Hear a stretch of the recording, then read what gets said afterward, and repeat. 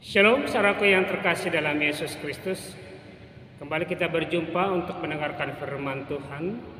Dan firman Tuhan yang menjadi khotbah bagi kita pada hari ini diambil dari Kisah Rasul pasal 11 ayat 1 sampai dengan ayatnya yang ke-18. Kisah para Rasul 11 ayat 1 sampai dengan 18. Saya baca bagi kita keseluruhan, demikian firman Tuhan.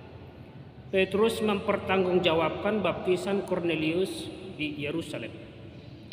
Rasul-rasul dan saudara-saudara di Yudea mendengar bahwa bangsa-bangsa lain juga menerima firman Allah.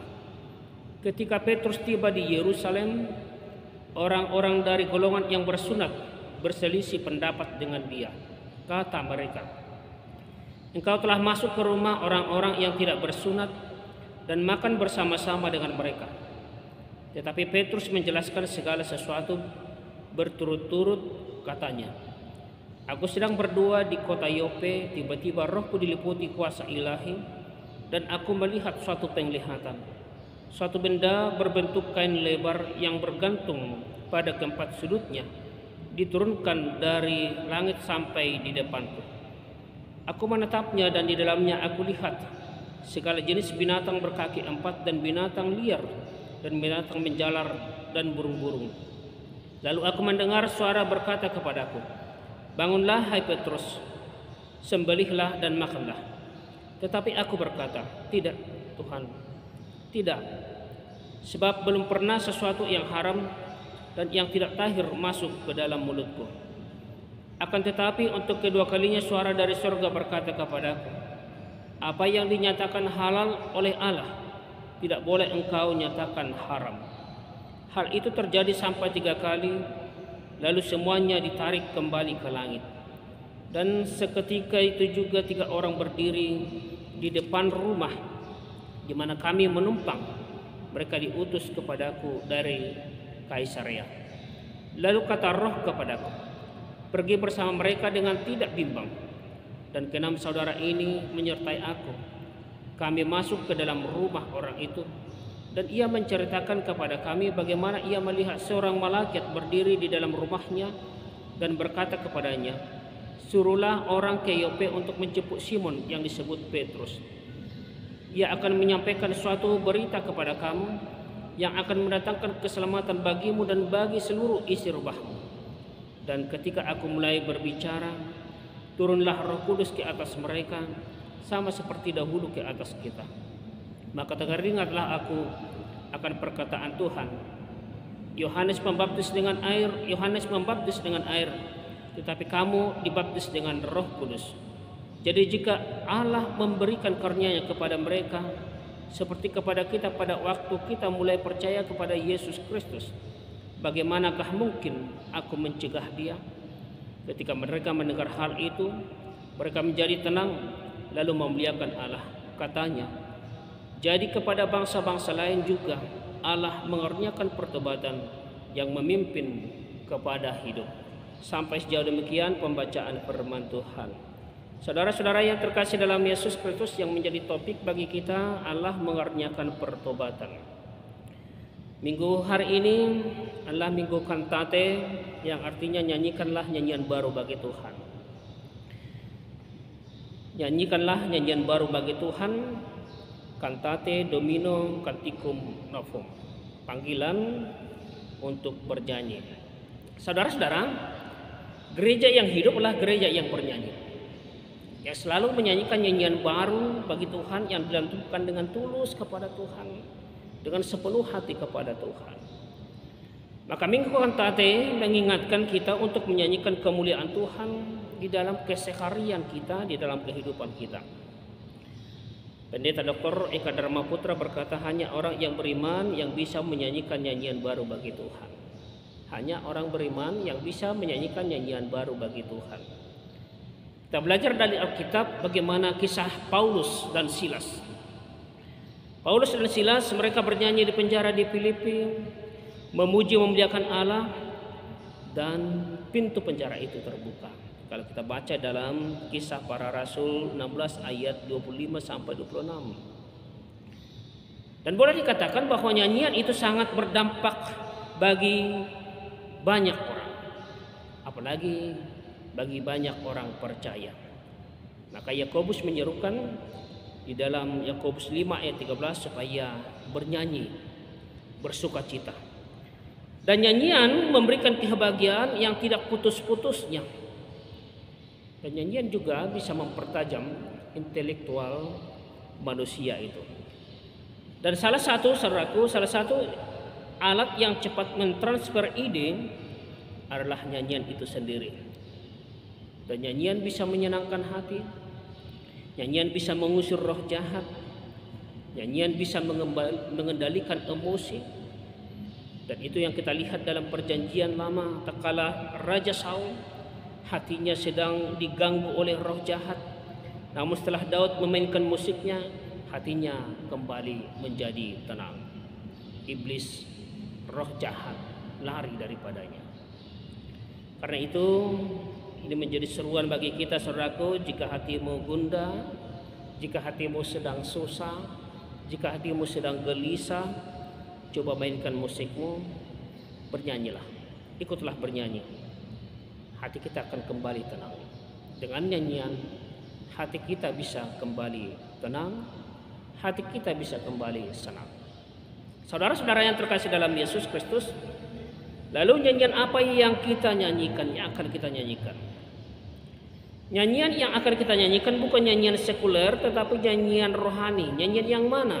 Nyanyian sukacita, nyanyian memuliakan Allah.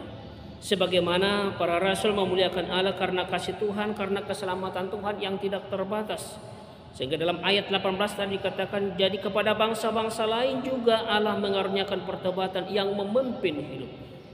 Bahwa ia mengaruniakan pertobatan yang memimpin hidup kepada hidup yang benar di dalam Kristus Yesus.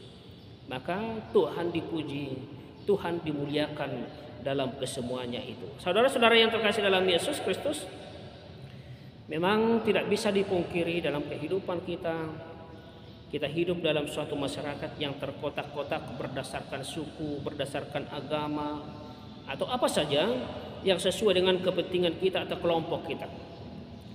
Dalam kehidupan sosial yang terkotak-kotak itu, yang terkotak-kotak seperti itu, tiap anggota, tiap kelompok harus taat kepada aturan, taat kepada peraturan menurut kehidupan kelompok sosial itu. Pola kehidupan seperti inilah yang terjadi di jemaat mula-mula, di mana orang bersunat dan orang yang tidak bersunat dilarang saling berinteraksi di luar kelompoknya. Maka dalam perikop kita yang saya bacakan tadi, Petrus dianggap telah menyalahi aturan kelompok mereka. Petrus dianggap telah menyalahi aturan ketika ia pergi, ketika ia hidup, ketika ia tinggal serta melakukan pelayanannya di antara kelompok yang tidak bersunat. Dalam ayat yang kedua, di situ jelas tadi dikatakan dalam firman Tuhan, ketika Petrus tiba di Yerusalem, orang-orang dari golongan yang bersunat berselisih pendapat dengan dia. Maka mereka berselisih pendapat karena Petrus pergi, hidup dan tinggal dalam kehidupan orang yang tidak bersunat.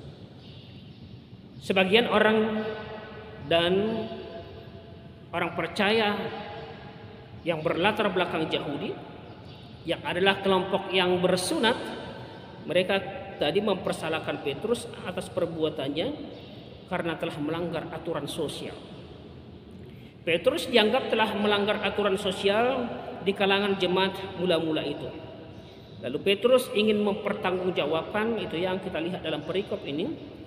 Ia ingin mempertanggungjawabkan pelayanannya kepada mereka, menyatakan bahwa pelayanan itu terjadi bukan karena keinginannya. Apa yang dia lakukan terjadi bukan karena keinginannya, melainkan terjadi karena pekerjaan Roh Kudus. Dalam ayat 5 sampai ayat yang ke-7.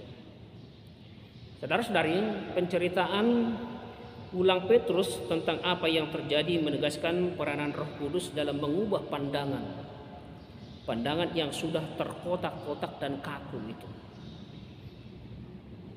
Juga mengubah hati mereka yang terbelenggu tradisi menjadi hati yang hangat, menjadi hati yang penuh kasih, melihat pertobatan-pertobatan baru yang terjadi, melihat semakin bertambahnya orang yang percaya kepada Kristus sebagaimana mereka juga percaya kepada Yesus Kristus itu. Dan di sini kita lihat Petrus tak tersendirian karena ada rekan-rekan bersunat yang menjadi saksi pekerjaan Roh Kudus dalam karya pelayanan mereka. Ada pekerjaan Roh Kudus yang membaptis orang-orang yang tidak bersunat. Kalau kita lihat tadi dalam ayat yang ke-12, lalu kata Roh kepadaku, pergi bersama mereka dengan tidak bimbang. Saudaraku yang terkasih dalam Yesus Kristus, secara kronologis Petrus menceritakan 4 tahapan wahyu ilahi yang ia dapatkan sebelum perbedaan ras ini, kelompok-kelompok ini, pemahaman itu dikikis habis. Yang pertama, bahwa dalam ayat 4 sampai ayat 10 itu dia mendapatkan penglihatan ilahi. Dalam ayat 4 sampai ayat 10 ia melihat, kata Petrus, ia melihat bagaimana proses penglihatan ilahi itu ada dalam ayat 4 sampai ayat 10. Yang kedua, dia menerima perintah ilahi. Dalam ayat 11 dikatakan, dan seketika itu juga 3 orang berdiri di depan rumah di mana kami menumpang. Mereka diutus kepadaku dari Kaisarea. Lalu kata Roh kepadaku, pergi bersama mereka dengan tidak bimbang, dan 6 saudara ini menyertai aku. Kami masuk ke dalam rumah orang itu. Ada perintah untuk pergi. Perintah. Dan yang ketiga, dia melihat adanya persiapan ilahi dalam ayat 13 sampai ayat 14 itu. Dan seterusnya Petrus menyaksikan Allah sendiri yang bertindak.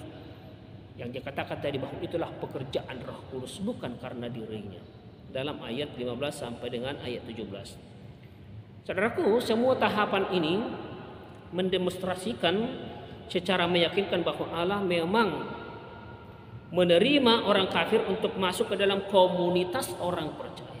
Allah menerima orang yang tidak percaya masuk kepada kehidupan komunitas orang yang percaya.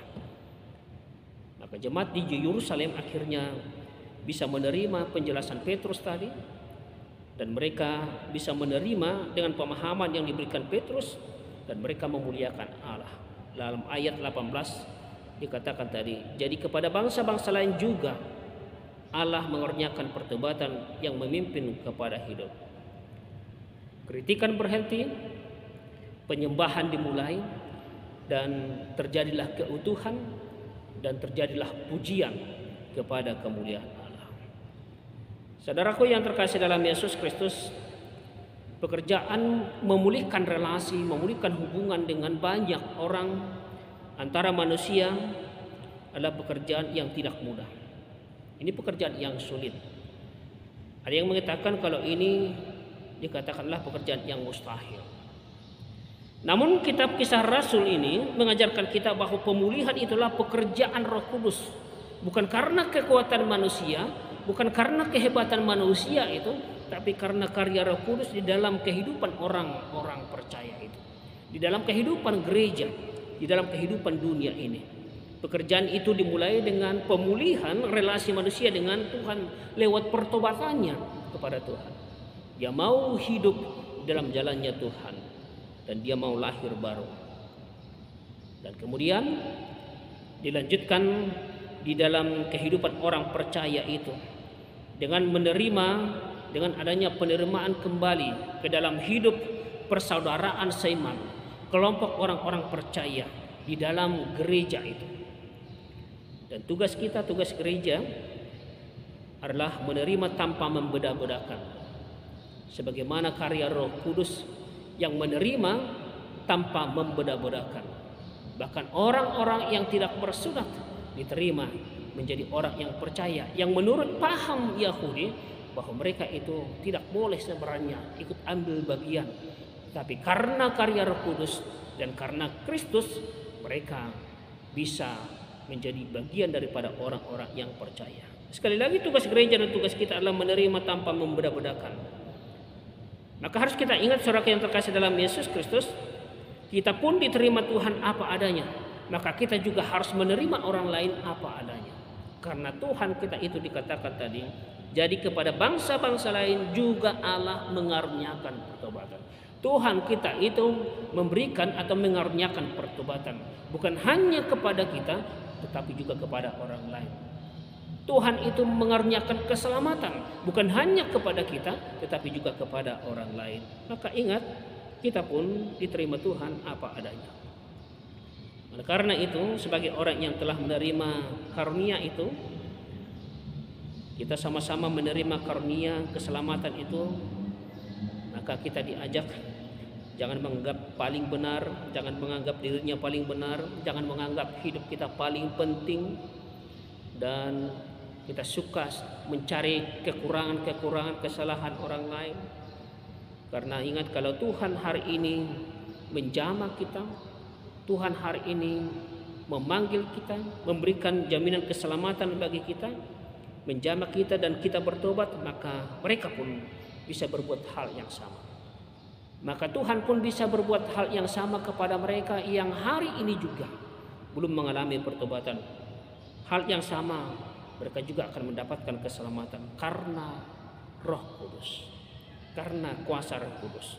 Karena Tuhan juga mengaruniakan pertobatan kepada siapapun, kepada mereka yang menurut kita belum menjadi bagian daripada kehidupan kita. Tapi bagi Tuhan, mereka harus diselamatkan. Kalau kamu merasa kamu dapat karunia Tuhan, tugas kita adalah menyatakan karunia itu. Tugas kita adalah berkantate kepada Tuhan, semuanya karena Tuhan, memuji memuliakan Tuhan, sebagaimana firman Tuhan tadi mengatakan dalam ayat 18, ketika mereka mendengar hal itu, mereka menjadi tenang lalu memuliakan Allah, katanya. Jadi kepada bangsa-bangsa lain juga Allah mengaruniakan pertobatan yang memimpin kepada hidup. Amin.